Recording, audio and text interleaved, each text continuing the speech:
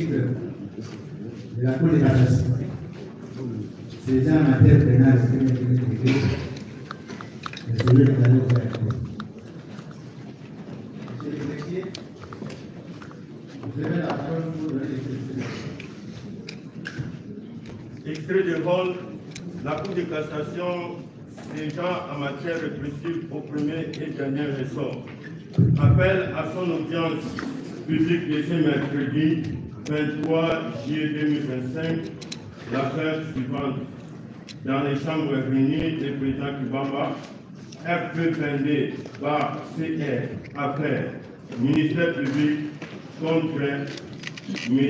Constant Moutamba Mbunga. C'est tout, monsieur le président. Merci beaucoup.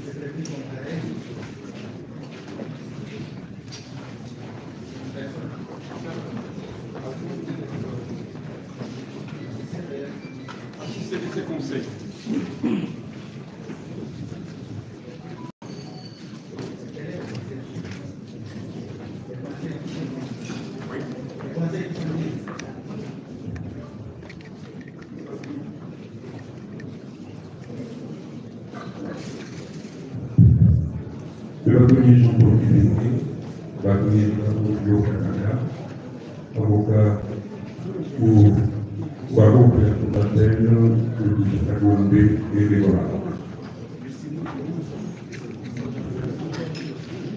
Maître John Piccolo Baya, avocat au barreau et la Cour d'appel de la Marée Bâtonnier de l'Ordre. Maître Toussaint et Gombe Petit, avocat au bureau barreau de Kinshasa, Gombe Matete. Maître Zénon Bikele Kyobo, avocat au barreau de la Cour d'appel de Maïdomé, et membre du conseil. Maître Kabea Makalala, avocat au barreau de Kinshasa. Monsieur le Président, en votre honneur, je suis Gérard Jules Dieudonné, appelé moi-même Loala. Je suis inscrit sur la liste du barreau de Kinshasa Matete. Maître Eli Kapekula du barreau de Kinshasa Gombe. Maître Bourdo, barreau de Kinshasa Matete.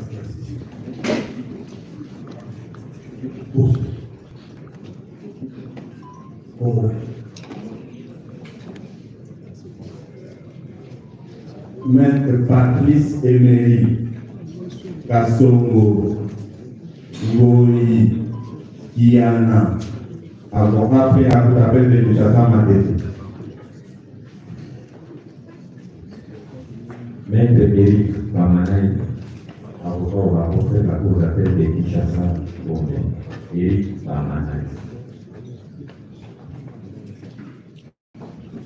Maître Pablo Mochi, avocat au barreau de Kinshasa Gombe.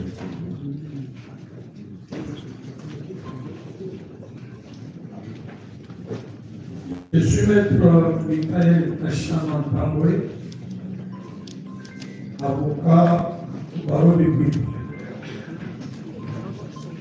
Maître Mahele, M-A-H, Mahele, Métis Rufa. Je suis avocat au barreau de Kinshasa.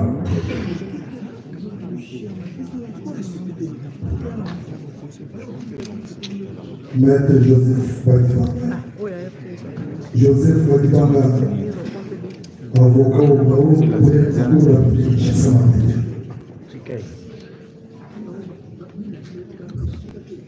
Maître Michel Moukeba, Babeda, avocat au barreau de Kinshasa Madé.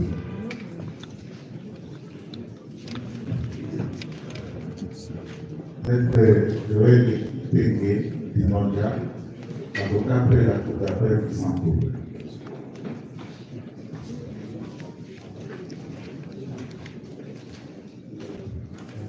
Défense convaincre. Défense convaincre que maître est le couillon l'on est le moyen. Maître est le couillon l'on est le moyen. Nous sommes avocats qui sont protégés par le théâtre de la personne pour défense convaincre.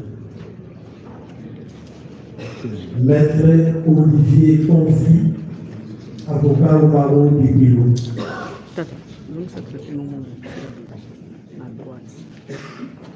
Condé Waboma, avocat près des Coudavés. Maître Dina Nakala Eno, avocat au barreau de Kinshasa Gobé. Maître Hussein Sima Arafat, avocat près la Cour d'appel de Maître Merlot, M-E-R-L-E-A-U, Merlot Okani, M-A-O-K-A-N, Merlot Okani, Matouko Manzolo, avocat au barreau de la Cour d'appel de Maître Loumanisha Moukongole Jean-Paul, avocat au barreau de Maïma.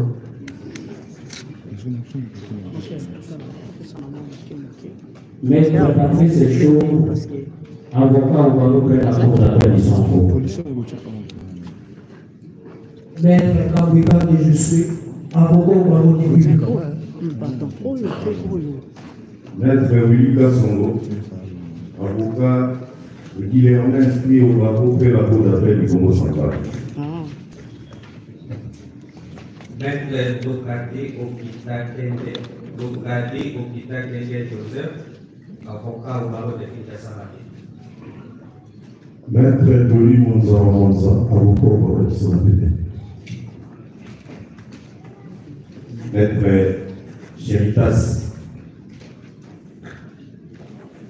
Maître Chéritas Mwamba Kalala, avocat à la Cour d'appel de Kinshasa Madé.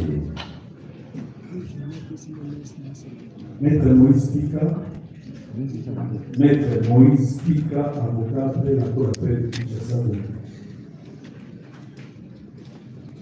Et Mango Christian, je suis avocat au barreau près la Cour d'appel de Kinshasa Madé. Maître Eric Moussandiela Malambo, je suis avocat au barreau de la Cour d'appel de l'Équateur.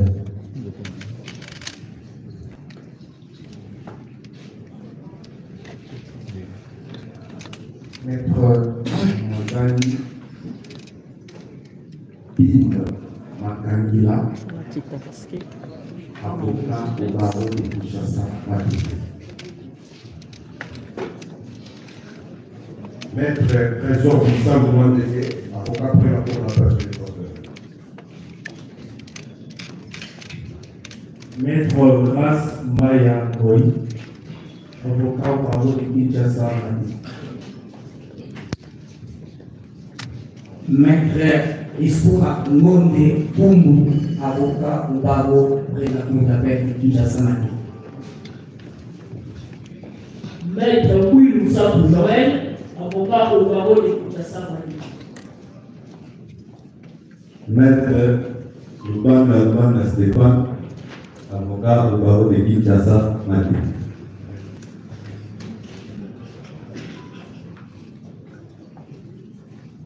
Maître Richard Lunga, avocat au barreau de Maître Elif Munganga Chouki, avocat au barreau près la cour d'appel de Kinshasa.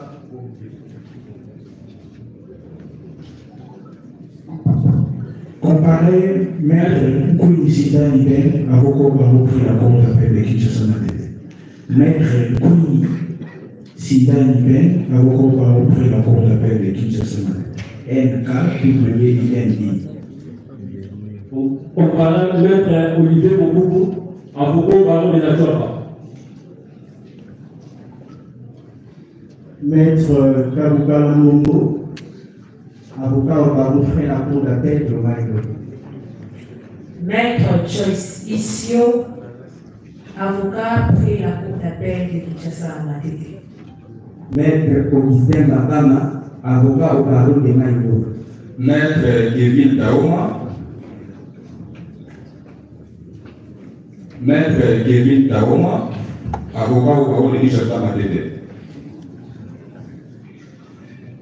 Maître Eli Wazuma, avocat au barreau près des cours d'appel de Kinshasa Matete et du Congo central. Comparé Maître Longonia Kouloumou Edi, je suis avocat au barreau près la cour d'appel de Maïtombe.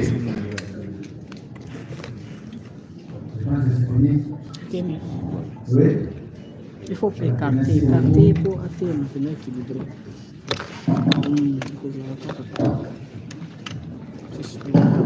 On fait ça la procédure.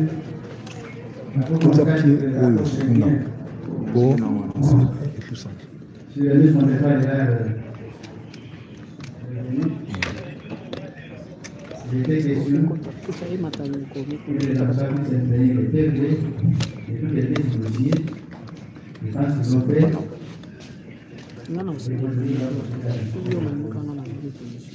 Vous avez appris une solidité que la Cour va vous donner le départ.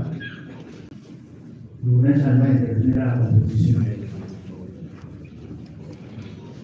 Et à la Cour fait tous les humains de ce qui se fait à partir de nouveaux membres. Disons qu'à l'année passée, la Cour a procédé à l'identification du détenu et a suivi l'exposé des faits fait par le grand de la loi. Les avocats avaient estimé que, n'ayant pas compulsé le dossier, il fallait qu'il leur soit donné l'occasion de pénétrer les dossiers pour un procès équitable, ce qui fut fait. Donc pour aujourd'hui, nous commençons les choses de la cause. Prévu notre engagement, s'il a suivi l'exposé des faits, donné par le maître de la loi. Et la Cour va vous poser la première question. Voilà. Est-ce que vous reconnaissez le fait que Merci. présenté par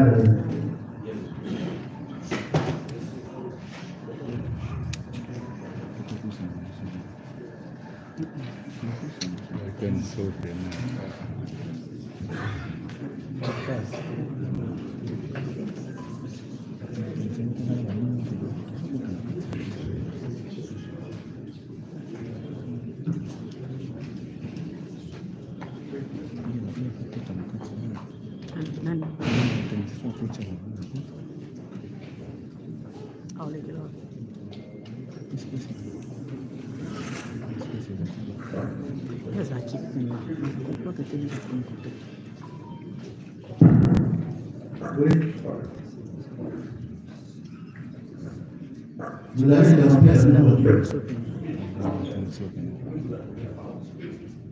Vous avez sauté la parole, c'est vous. Oui, d'accord. Merci beaucoup, Monsieur le Président. Nous savons que nous avons fait cours et disposé à instruire ce dossier. Mais cela ne nous empêche pas de commencer par ce que nous considérons comme exception, avant de permettre à ce que votre cours puisse commencer cette année. Si vous serez d'accord avec nous, à ce que nous puissions commencer cette session, nous pouvons déjà commencer à l'exposer. Monsieur le Président, honoré membre de la Cour, Monsieur le Procureur général, d'entrée de jeu, nous avons sollicité d'abord votre indulgence. Votre indulgence, c'est pourquoi, puisque nous sommes venus devant vous, pour plaider une cause que nous considérons comme une cause noble. Et lorsqu'on plaide pour une cause noble, il y a la tête qui part, il y a également le cœur qui part. Et cela ne s'écarte pas à l'art, ce qu'on appelle la prétoire. Et comme nous avons parlé avec notre tête, l'intelligence, nous avons parlé également avec notre cœur, puisque nous sommes humains. Nous allons également demander à votre cour, qui est composée des éminents magistrats, que cette cour nous accorde également l'intelligence, les connaissances de ce membre, mais également le cœur, puisque dans un jugement, il y en a toujours les connaissances, mais aussi il y a les sentiments. Pour que dans cette cause, nous puissions éloigner celui qui est présenté devant vous aujourd'hui comme un détourné de l'union publique, qui incarne l'espoir de toute une jeunesse, dont l'unique péché. S'il vous plaît, votre honneur, laisse-moi donner à l'essentiel. On n'est pas là pour louer les gens. Oui, votre On ne honneur. pas ça. Votre honneur. On ne fait pas la politique ici. Merci beaucoup, votre honneur. Vous comprenez? Nous ne sommes pas nommés à la philosophie des poètes. Vous avez demandé la parole pour les exceptions, pour présenter aux exceptions et pour être. Nous sommes entendus. Il ne faut pas louer les gens ici. Tout le monde a le droit, c'est le droit, et ainsi de suite. Présenter des exceptions, la Cour va répondre. Merci beaucoup, votre honneur. Nous faisons que nous conformer à ce que nous connaissons de l'art de plaider. Si c'est là, ne vous avance pas, Monsieur le Président, nous revenons sur l'essentiel. Nous sollicitons, et c'est ça le moyen, nous sollicitons la nullité. Nous voulons que la Cour constate la nullité de la présente action. Cette nullité, nous la tirons de la violation de dispositions des articles 54 et 56 du Code de procédure pénale. Monsieur le Président, honoré membre de la Cour, nous savons tous que notre parti, notre client, est ici devant vous en vertu de ce que nous appelons en droit le contrat judiciaire. Les contrats judiciaires, dans le cas de ce qui concerne notre client, c'est la citation à prouver. Et cette citation à prouver ne tombe pas du ciel. Cette citation à prouver qui constitue un contrat qui va nous lier au cours du déroulement de ce procès doit obéir aux prescrits de la loi. Qu'est-ce que nous constatons de honneur sous nos yeux? Nous avons la citation. Voici ce que dit l'article 54, alinéa 2 du Code de procédure pénale. Toutefois, lorsqu'il y a lieu de poursuivre une personne jouissant d'un privilège de juridiction, cette citation ne sera donnée qu'à la requête d'un officier du ministère public. C'est ce que la loi est en train de dire. Et la loi précise. Et ici, nous ne sommes pas en droit civil, nous sommes en droit pénal. Et vous devez savoir, nous le savons tous, c'est juste un rappel, puisque je ne peux pas vous apprendre le droit, si vous avez cette connaissance, mais nous rappelons également, et nous voulons également attirer votre curiosité scientifiques pour garantir le lettre de noblesse de cette épouse.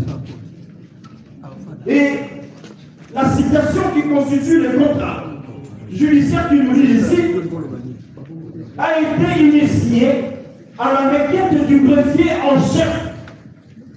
La personne non indiquée au regard de la loi. Quelle est la base sur l'église? La loi fait à ce que le ministère public qui a eu le temps d'instruire ces dossiers pendant la phase pré-juridictionnelle puisse s'assumer devant vous. Comment il va s'assumer? En portant ses accusations et il va initier cette requête à provenir. C'est-à-dire, cela relève que de la compétence de l'organe nous poursuivant, à moins que nous puissions créer le droit, un nouveau droit au Congo, et que les greffiers en chef se portent également comme l'organe poursuivant. Mais tel n'est pas le cas. Si c'était le greffier en chef, l'organe poursuivant, on ne verrait pas la présence du parquet général. Voilà pourquoi nous sommes en train de venir pour faire cette loi, pour que cette violation soit sanctionnée par la nullité de cette histoire, avec cette conséquence. La conséquence, c'est l'irrécevabilité de la présente action. Et c'est là, ça aussi avec l'article 56 du Code pénal, du Code de procédure pénale, et à ce sujet éloquent, en précisant à ce qui concerne les citations, pour les cas d'espèce, le ministère public pourvoit à la citation du prévenu, de la personne civilement responsable et de toute personne dont l'audition lui paraît utile à la manifestation de la vérité. Et le greffier, là où il se retrouve, les greffiers de la juridiction compétente, comme les cas d'espèce, pourvoient à la citation de personnes qui est la partie des uns où le prévenu désire faire citer. D'outre-mer, vous serez d'accord avec nous, avec le ministère public, que ces dispositions ont été violées. Et la conséquence en termes de droit, c'est la nullité. Et cette nullité appelle l'irrécevabilité de la présente action. Le deuxième élément, Monsieur le Président, nous dirons de la violation de la procédure antérieure à la saisine de votre cour. En ce qui concerne la violation du règlement intérieur de l'Assemblée nationale qui a émis le vote, d'abord à ce qui concerne l'autorisation aux fins d'instruction et également l'autorisation pour la mise en accusation, ou techniquement, en tant que juriste, technicien de droit, l'autorisation aux fins de poursuite. Et nous le tirons, Monsieur le Président, de l'article 237 du règlement intérieur. En l'intention de la Cour, je pense que c'est l'alinéa 3. Voici ce que dit le règlement qui est une loi. La décision d'engager le poursuite ainsi que la mise en accusation de membres du gouvernement autre que le Premier ministre est votée à la majorité absolue de membres composant l'Assemblée nationale suivant les dispositions de l'article 97 du présent règlement intérieur. Alors que dit l'article 97? L'article 97, alinéa 5, dit ceci. En cas de délibération portant sur une personne, les votes s'effectuent par bulletin secret. Ce n'est pas moi, je ne suis pas député national. Vous voyez, quand on fait des choses telles qu'on est en train de le faire, Dieu est grand. Et le reste est toujours pour ses enfants des failles Et à travers ces failles, nous allons démolir l'œuvre inventée par le procureur général.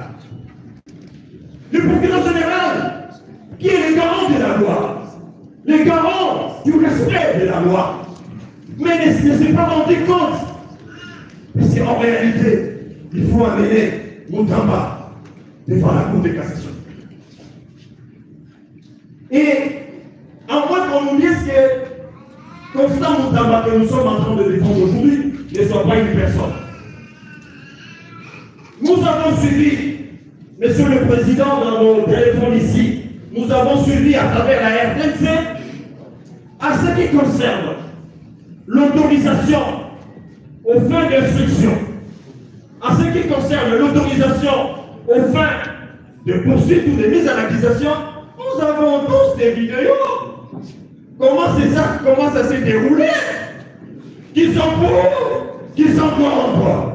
Est-ce qu'il s'agit ça d'un bulletin secret indiqué au niveau de l'article 96,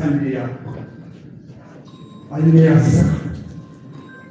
Et votre honneur, sur ce point, sur cette preuve, je ne veux pas vous apprendre.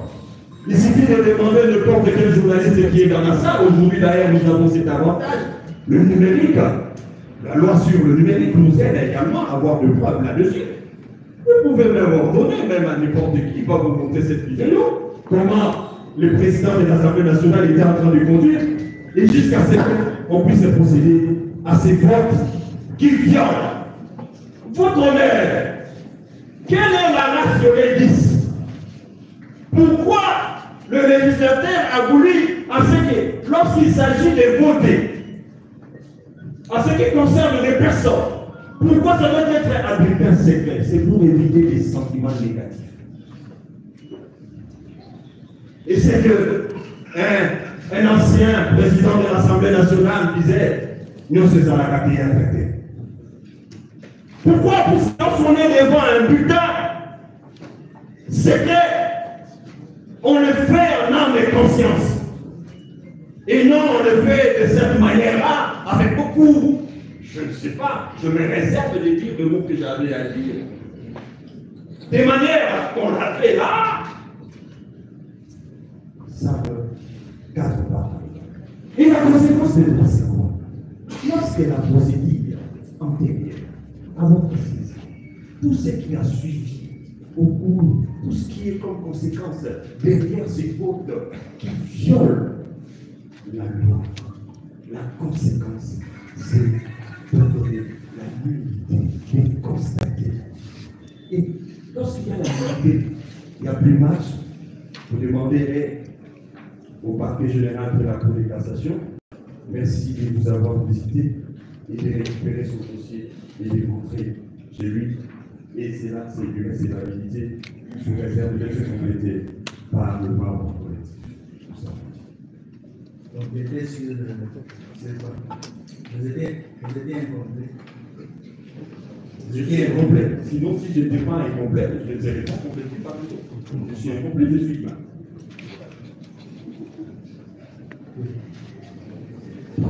Monsieur le Président, Monsieur Auguste Cour de cassation, je voudrais compléter mon confrère sur un point, un seul point.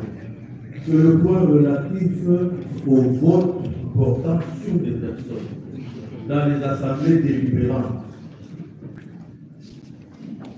Cette disposition de l'article 97, alinéa 5 du règlement intérieur est tirée de la Constitution. C'est la Constitution qui a donné naissance à cette disposition. Et c'est l'article 121, le dernier alinéa de l'article 121 de la Constitution, dit ceci. Toutefois, en cas de délibération portant sur des personnes, le vote s'effectue par bulletin secret. Le vote s'effectue par bulletin secret. En droit, l'indicatif oblige. Le vote doit se faire par bulletin secret. Merci.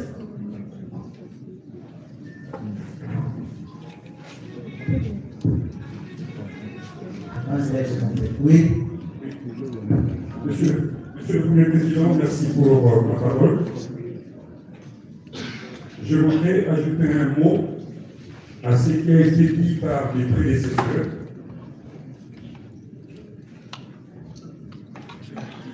Oui, allez-y. Oui, je voudrais ajouter un mot à ce qui a été dit par mes prédécesseurs, Monsieur le Premier Président, Monsieur de la Cour, Monsieur le représentant de l'organe de la loi, pour évaluer Monsieur le procureur général. Mon mot porte ou est relatif à la nullité de l'action pour défaut de parachèvement de l'instruction.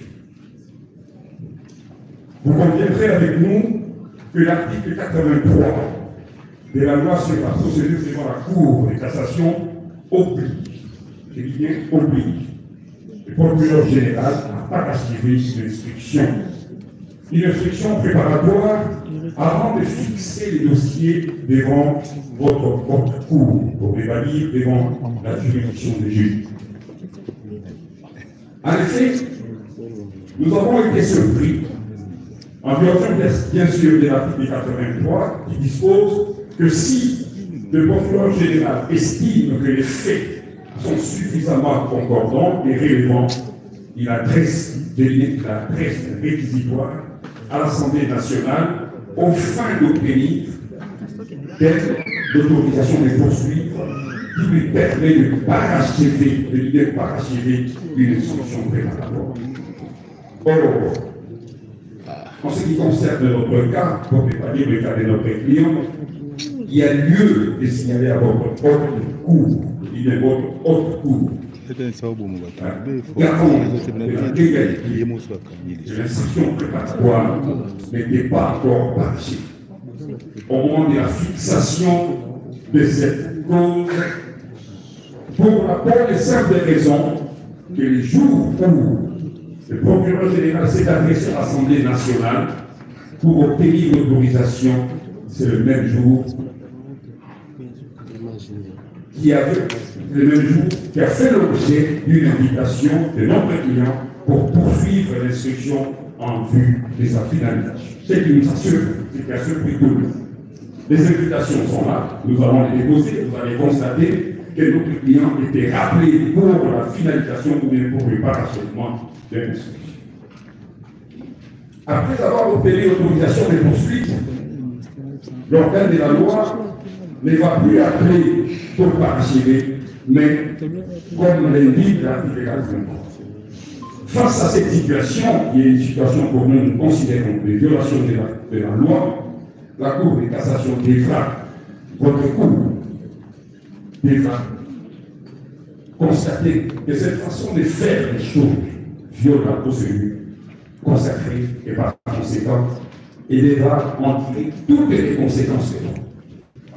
Après la Cour de cassation, nous ne voyons pas une autre Cour qui peut nous sécuriser par rapport à cette garantie que nous avons.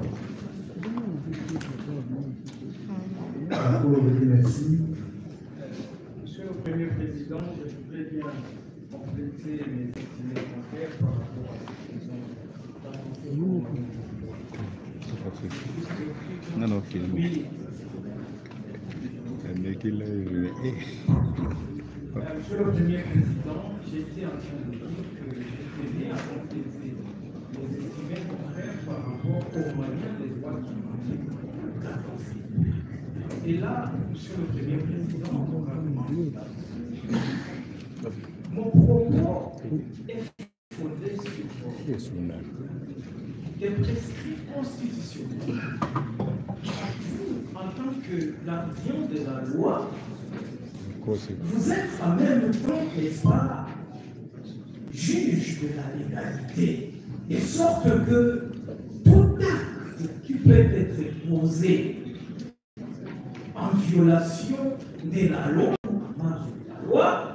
vous êtes là pour en tirer toutes les conséquences des droits qui en découlent, à savoir la nullité, bien sûr, pour le cas sous-examen.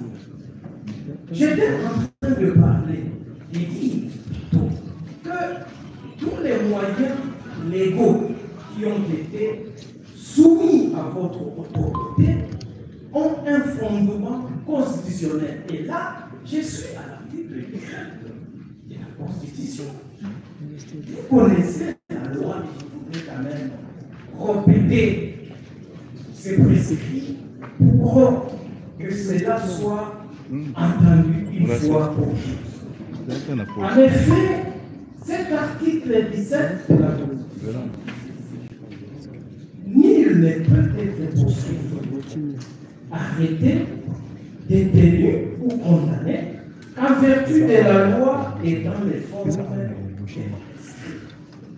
Je voudrais m'arrêter à cet alinéa qui est le deuxième de cet article. Et Monsieur le Président, puisqu'il vient de vous être clairement expliqué que notre client est à ce jour poursuivi non conformément à la loi, puisqu'il y a une violation de celle-ci. Et la conséquence, c'est laquelle? C'est de recourir à cet article. Et vous allez cristalliser ce comportement en fondant sur cet article pour dire que cette procédure doit être sanctionnée par une nullité fondée sur la violation d'une disposition constitutionnelle. Et là, Monsieur le Président, on n'a rien à comprendre. Nous voudrions bien que vous puissiez nous faire cet honneur, que vous ne puissiez pas nous décevoir parce que la loi reste la loi. Encore que cette même Constitution nous dit, vous juges, vous n'avez qu'une seule autorité à laquelle vous êtes soumis. Il s'agit bien de la loi, et la loi reste. Et lorsqu'elle dit tout le monde s'éteint, nous savons. Oui. Monsieur le Président, honorés membres de la Cour de cassation, Monsieur le procureur général, presse de Cour, l'heure est à la correction du travail ferme, à la sanction du travail fait en amont, notamment, mes confrères ont dit, ils ont parlé, n'est-ce pas, de la manière dont le procureur général près votre cour, près notre cour de cassation a procédé. Je voudrais revenir ici pour ponctuer au sujet de ce qui s'est passé à l'Assemblée nationale, notre Assemblée nationale. C'est-à-dire l'organe, que dis-je, l'institution qui représente le peuple congolais. Là, vous complétez, vous voulez répondre à votre exposé. Je suis en train de compléter. Vous n'avez pas cette clair. Allez-y. Merci, Monsieur le Président, de me repasser la parole. Je ne venais pas pour reprendre ce qui est. Je suis venu pour appeler notre attention sur le fait que les dispositions réglementaires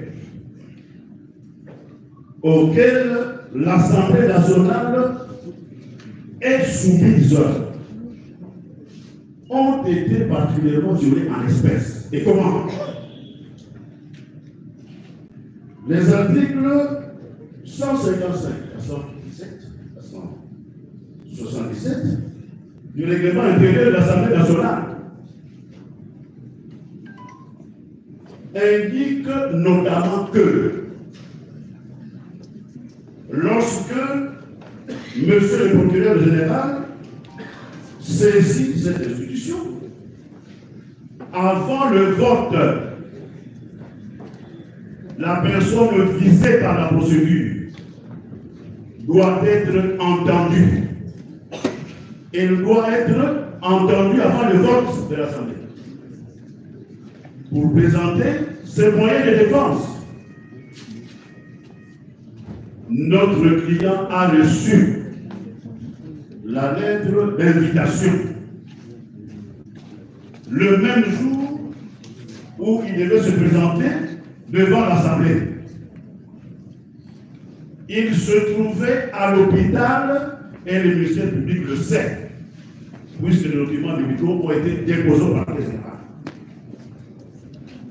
Et même au bureau de l'Assemblée, curieusement, comme si il ne s'agissait pas de personnes humaines, il ne s'agissait pas de la situation d'une personne humaine, une personne par nature fragile, un conseil, un membre du collectif adresse une lettre en réponse à l'invitation de l'Assemblée nationale en annexant les preuves des attestations médicales. Curieusement, comme si elle tombait malade, sa banage n'est prévenue. Curieusement, en l'espèce, l'Assemblée nationale est passée outre. Elle est passée outre. Une violation flagrante des droits de la nature au particulier. Et dans cette précipitation, je ne m'autoriserai pas de rappeler que le président de l'Assemblée nationale, avec tout le bureau de l'Assemblée nationale, constitué des personnes éminentes, expérimentées. Dans cette précipitation, dis-je, on a procédé par le mode de vote qui a été décrit. C'est dans cette logique de précipitation. Et lorsque le ministère public a cette autorisation obtenue, ainsi que nous l'avons décrit, il ne pose plus aucun acte d'instruction. Aucun acte d'instruction. Toutes affaires cessantes, le dossier se retrouve devant vous. À raison de ces violations massives des droits du prévenu, à raison de, j'allais dire, la gravité de la situation, qu'il plaide à la Cour de cassation de la République démocratique du Congo, l'unique Cour de cassation, de prendre en considération les exceptions, moyens et autres fins de nos recevoir et de nous répondre comme le droit par une décision motivée génie. Merci.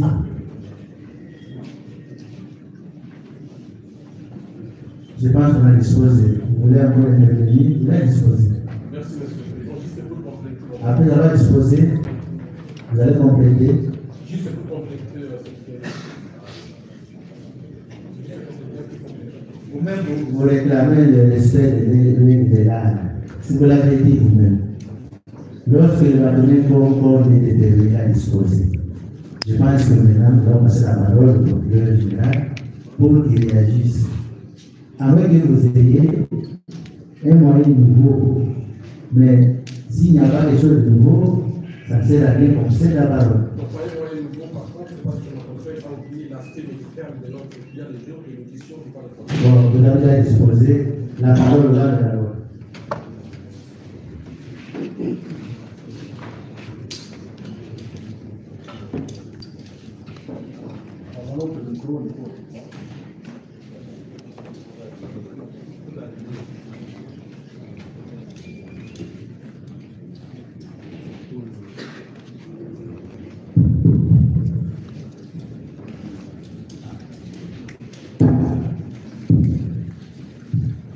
Merci, Monsieur le Président, pour la parole. Monsieur le Président, honorable membre de liste pour, je voudrais tout simplement mettre en mémoire les uns et les autres que nous sommes à la deuxième audience. À cette audience, lorsque vous avez vérifié l'état de votre saisine, vous êtes rendu compte que l'affaire revenait sur le ministre contradictoire pour que le ministre de Cour commence l'instruction de cette affaire. Les différentes exceptions qu'on soulève à ce niveau, à cette deuxième audience, nous amènent justement à ce qui a été dit à la première audience. Nous avons retenu principalement des exceptions tirées de la violation des articles 54 et 56 qui évoquent la citation à prévenir. Déjà à cette première audience, on avait fait remarquer que l'objectif était de permettre aux prévenus de se présenter devant le vice de cour pour présenter ses moyens de défense. Et à cette première audience, les prévenus a donné l'impression de n'avoir subi aucun préjudice. Et donc, la Cour, faisant application du principe selon lequel il n'y a pas d'unité sanitaire, la Cour avait estimé que la cause était en état de recevoir instruction. Revenir sur cette préoccupation à cette deuxième audience nous ramène en arrière. Deuxième préoccupation, on évoque ce qui s'est passé à l'Assemblée nationale. Comment le vote a été organisé. Heureusement que nous ne sommes pas à l'Assemblée nationale. Votre cour, notre cour de cassation n'est pas l'organe qui doit censurer les différentes manières dont les votes doivent se dérouler à l'Assemblée. Là, c'est là le tien. L'objectif à cette audience est atteint par ce fait de prévenir Constant Lunga et devant le vice de cour. Et il a, avec l'intervention que nous reconnaissons, il veut prouver à la Cour que les faits mis à sa charge ne sont pas fondés. Donnez-lui l'occasion d'atteindre cet objectif pour que toute la nation congolaise puisse être fixée s'il s'est commis le proche. Je crois que les autres exceptions qu'on soulève, si nous étions un peu plus prolixes, nous dirons qu'elles sont obligatoires. Si le vice de cour estime que ce sont des exceptions qui ont les valeurs juridiques, ils peuvent être les gens au fond et commencer l'instruction.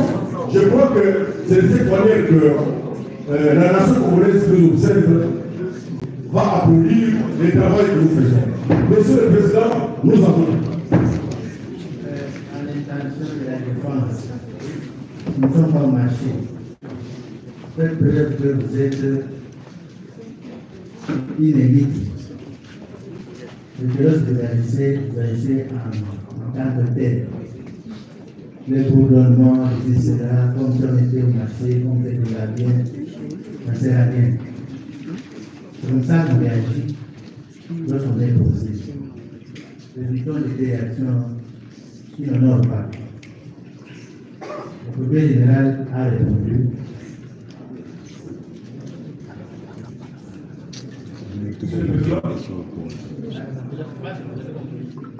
Il y a un aspect qui n'a pas été pris en compte.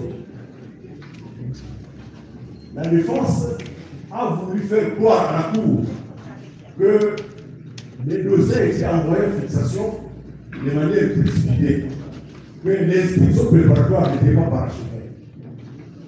C'est quand même curieux. Ils se mettent à la place du Parlement pour apprécier un test que l'instruction est terminée.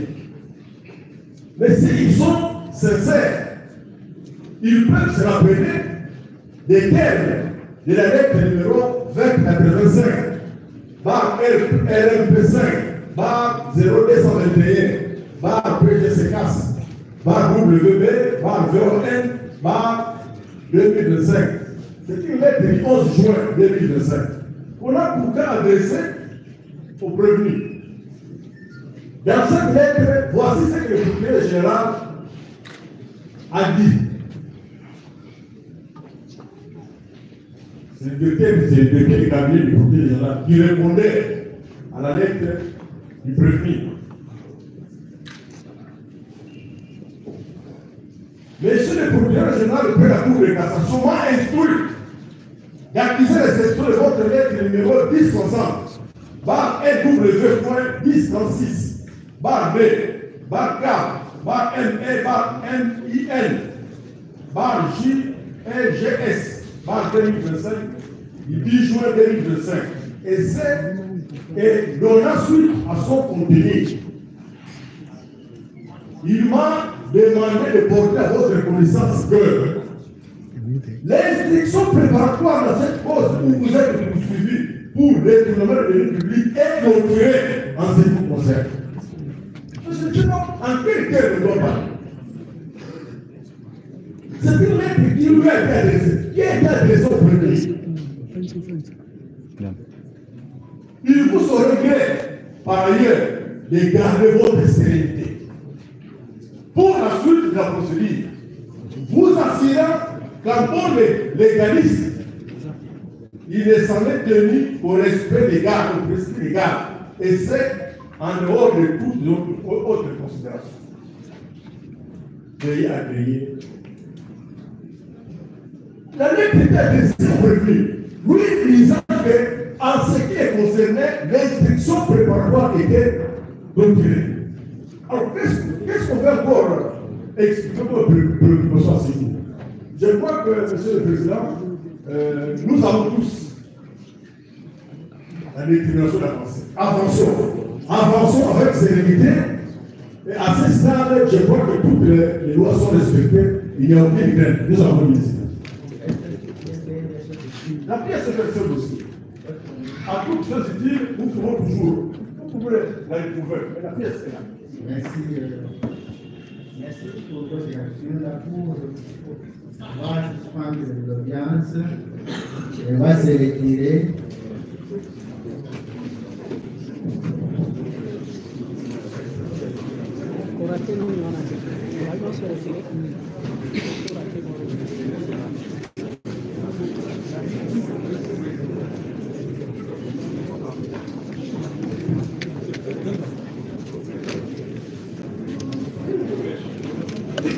Bien,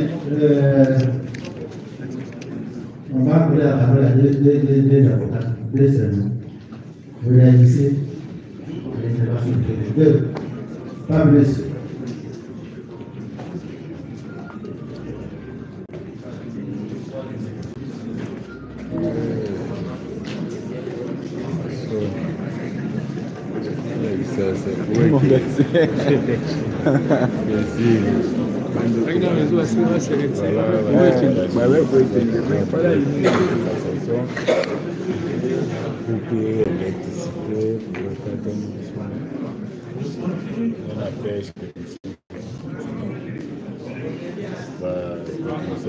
Monsieur le Président, nous voulons répondre à l'officier judiciaire.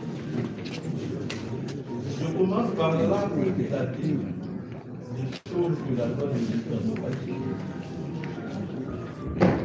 Il a dit. Derrière là, c'était d'ouvrir les rideaux. Ouvrez les rideaux, on aura que les lumières.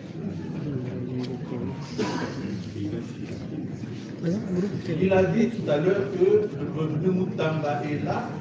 C'est l'occasion pour lui de dire à la Cour qu'il n'a pas commis les faits ni à sa charge.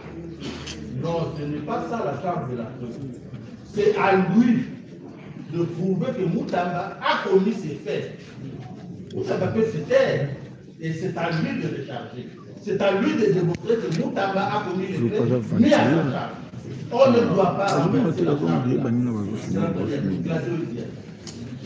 Il nous dit que nous sommes à la deuxième audience. Et que à cette deuxième audience, on ne devrait pas soulever les exceptions que la défense a présentées.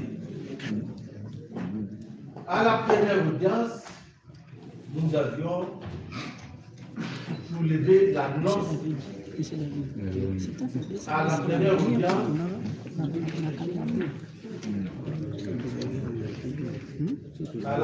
audience, nous avions soulevé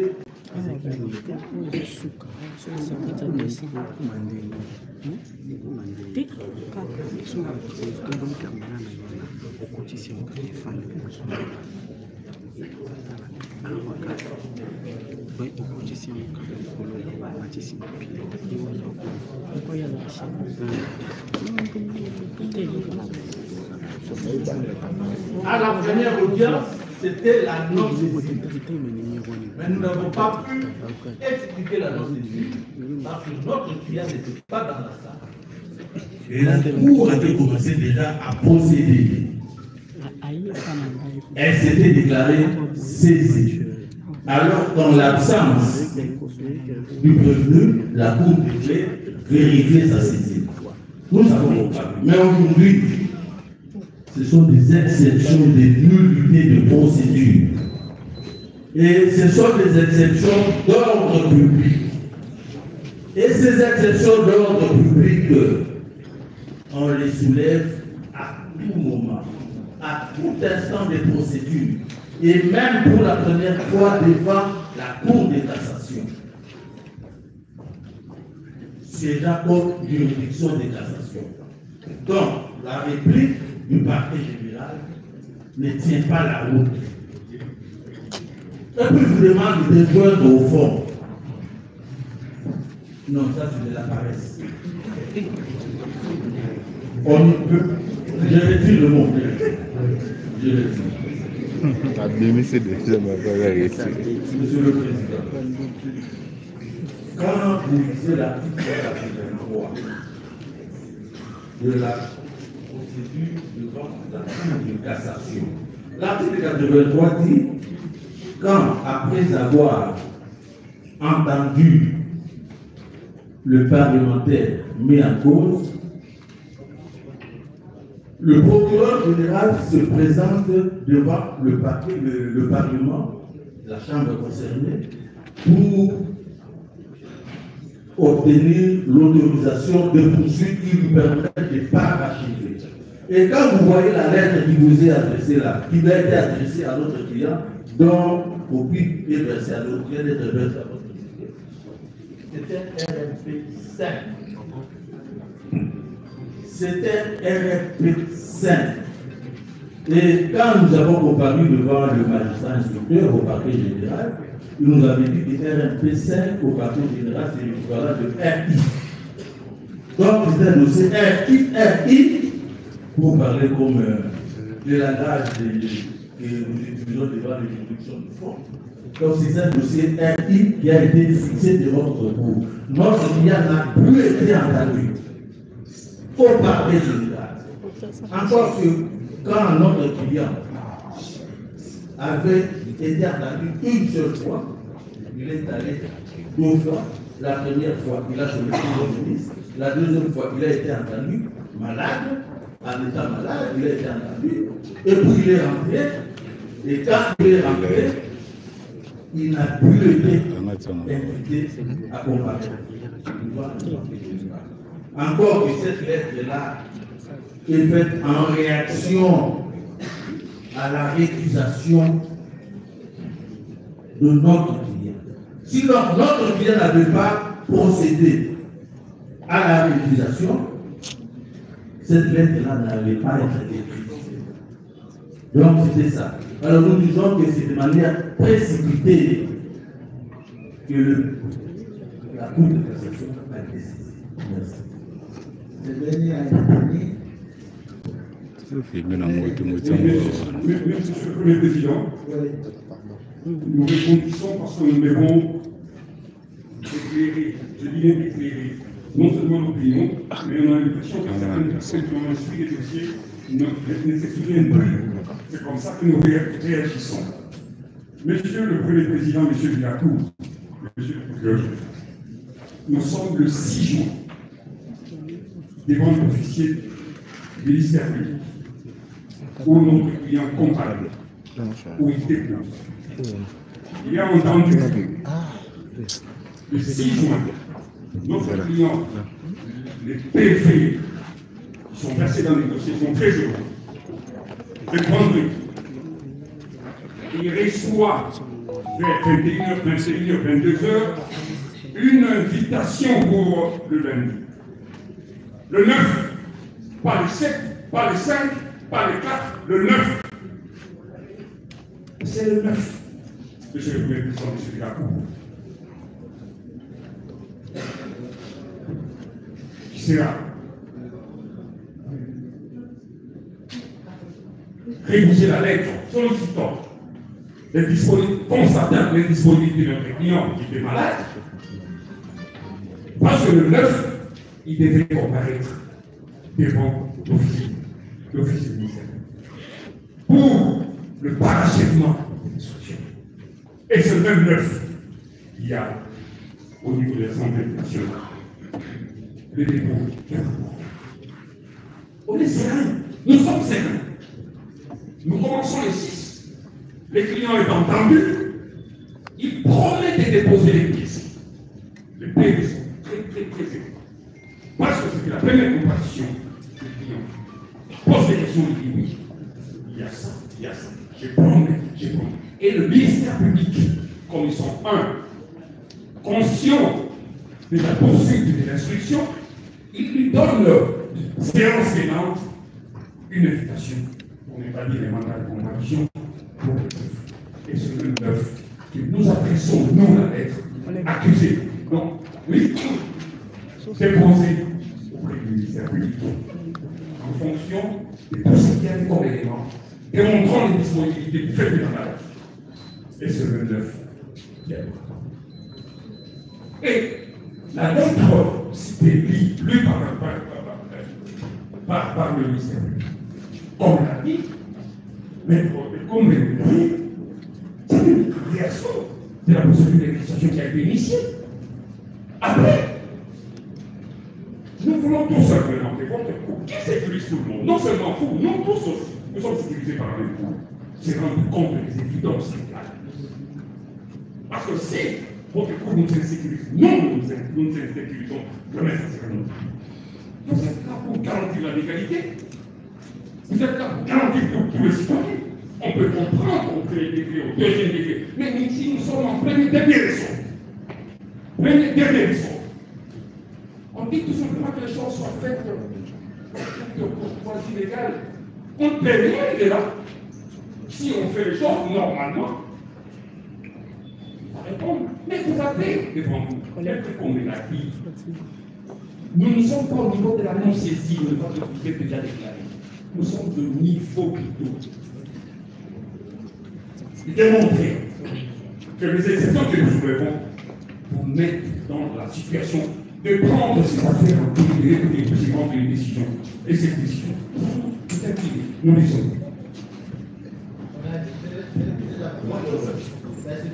Merci.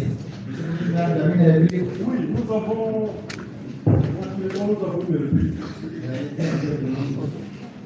Vraiment, l'adjudication du tout à l'heure est injustifiée. À mon sens, soyons sereins, le peuple nous regarde, avançons. Nous allons avancer parce que, à ce niveau, le préfet est devant vous et devant le ministre de vous, ce qui signifie qu'il n'a subi aucun préjudice quant aux exceptions qu'on vient de soulever. Et même plus loin, quand je disais que l'on ne peut pas sanctionner une exception d'irrecevabilité telle que la loi elle-même ne l'a pas prévue. Monsieur le Président, vous avez prouvé cette affirmation de votre discours. C'est une option, une question qui a été rendue sur LP 14526 du 15 septembre 2005.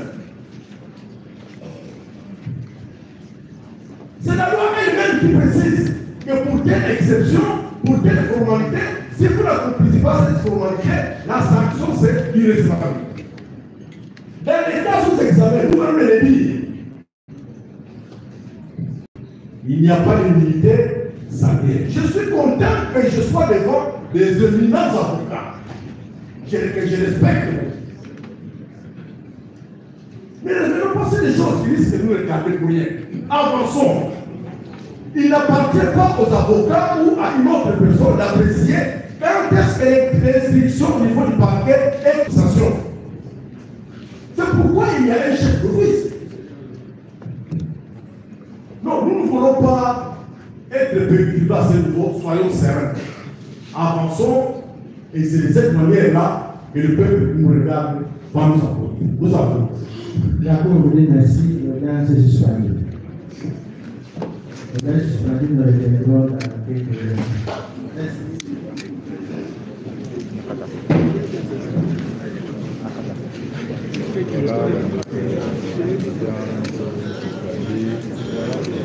Donc restez connectés, restez en ligne. L'audience est suspendue pour quelques minutes.